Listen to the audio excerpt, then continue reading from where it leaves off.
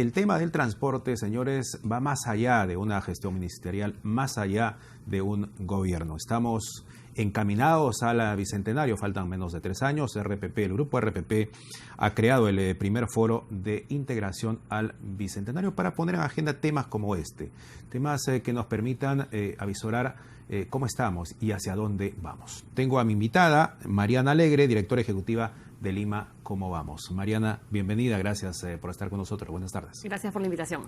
A ver, menciono el tema de Lima, ¿cómo vamos? Para preguntarte, ¿cómo vamos hacia el Bicentenario? Estamos encaminados hacia el Bicentenario.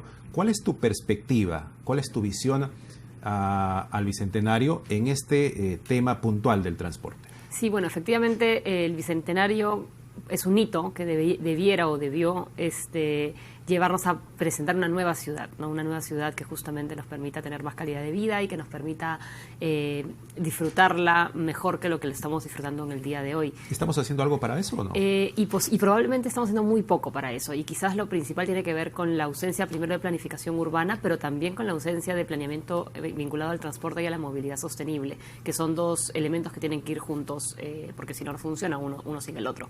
Y ahí es donde tenemos algunos problemas, no solamente por lo que ya vivimos cotidianamente todos cuando vamos a nuestro trabajo o a nuestro lugar de estudio, sino porque los enfoques que se han ido implementando a nivel de la capital, pero en general también a nivel país, son enfoques que ya están caducos en otras ciudades, no solamente del mundo, sino de la región, que priorizan al vehículo privado como justamente el actor más relevante en la movilidad, cuando no es así.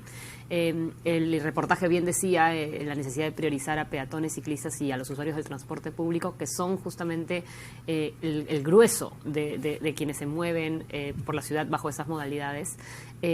Y eso implica tener una visión de ciudad que ojalá podamos construirla con miras para tenerla, pues para presentarla en el Bicentenario, y implica una articulación de distintos sectores de gobierno y también, por supuesto, de las autoridades locales. ¿Cómo tiene que ser esa articulación? Porque, claro, pasa por el tema del gobierno, el liderazgo del gobierno, de las autoridades, pero también para tomar en cuenta, me llamaba la atención, por ejemplo, lo que arroja la encuesta que hicieron el año pasado y que la han presentado hace poco, cómo es que los limeños, la gente del Callao, la gente de Lima, se traslada en el transporte, ¿no?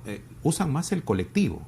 ¿Qué te deja esta respuesta? Es una confirmación. Durante 8 años venimos haciendo esta encuesta en Lima y hace 2 años en Callao, y esto confirma que para el caso de los viajes de trabajo o estudio, que son los que nosotros nos enfocamos para la encuesta que hacemos, el grueso de la población y de los viajes se realizan en transporte público colectivo, es decir, ¿por metro rapidez, de Lima, por comodidad? ¿Por qué factores? Porque es la forma en la que uno suele moverse, o sea, el metro de Lima, el metropolitano, el bus tradicional, sea combi, cúster o bus grande, son los mecanismos por los cuales la mayor cantidad de gente se mueve, a pesar de que creemos todavía, y ese es el gran problema en la política pública, que el que más se mueve en la ciudad es el que maneja el auto privado, y eso no es cierto.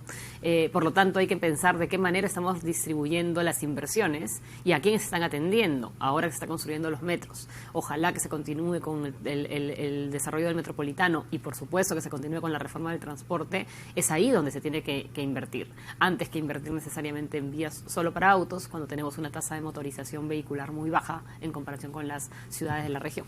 Hay otros países que, por ejemplo, le dan muchísima importancia a los sistemas alternativos de transporte. La bicicleta, por ejemplo, la propia caminata también. Eso parece que en nuestro país todavía no se le da tanta importancia, tanto valor. ¿Cómo lo ves? Así es. Para empezar, la caminata es invisible. No se considera un medio relevante cuando en realidad todos caminamos. Además, incluso los espacios, ¿no? Que cada vez son menos.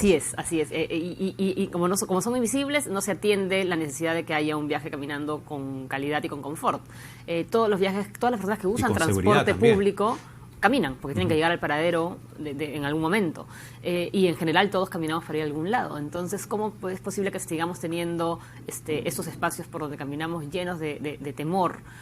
Porque tenemos problemas con, por un lado, los vehículos y por otro lado, por temas de inseguridad y la calidad urbana. Y más aún, en el caso de las distintas ciudades del país, tenemos una tremenda desigualdad en relación a los distritos. Hay distritos que tienen mejor calidad urbana y distritos que tienen peor calidad urbana, con lo cual, para el caso de Lima, por ejemplo, ejemplo, el año pasado presentamos un reporte donde habían distritos donde el riesgo de morir atropellado era mucho más alto.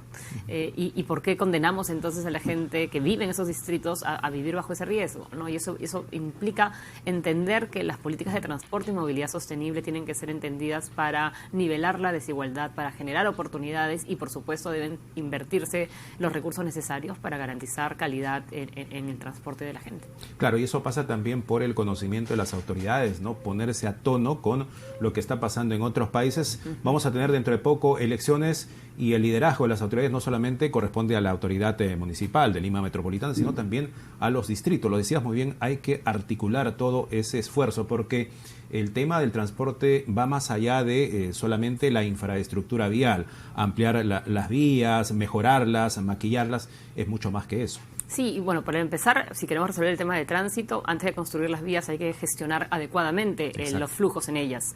Y eso implica justamente darle el espacio que corresponde a cada quien.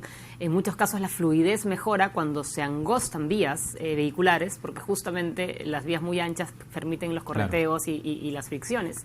Pero lo que mencionabas acerca de la articulación creo que es clave. Y ahora, justamente, ya que estamos empezando con una nueva etapa a nivel de la gobernabilidad del país, creo que es interesante resaltar el origen justamente de nuestros nuevos líderes asociados en varios casos a provincias del país. Esa descentralización de la política y del liderazgo de las autoridades también puede verse reflejada, ojalá, en una revaloración de las ciudades intermedias que tiene nuestro país y en general de las ciudades, no solamente Lima y Callao, que permitan que podamos que permitan convertir al Perú en un país de ciudades donde todos podamos también movilizarnos y migrar de una u otra recibiendo también la misma calidad, que ahora no es el caso, todavía se sigue viniendo mucho a Lima. Exacto, Mariana.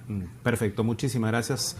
Vamos lento entonces todavía en este tema tan álgido, tan difícil como es el transporte. Muchísimas gracias por contarnos esta realidad de lo que está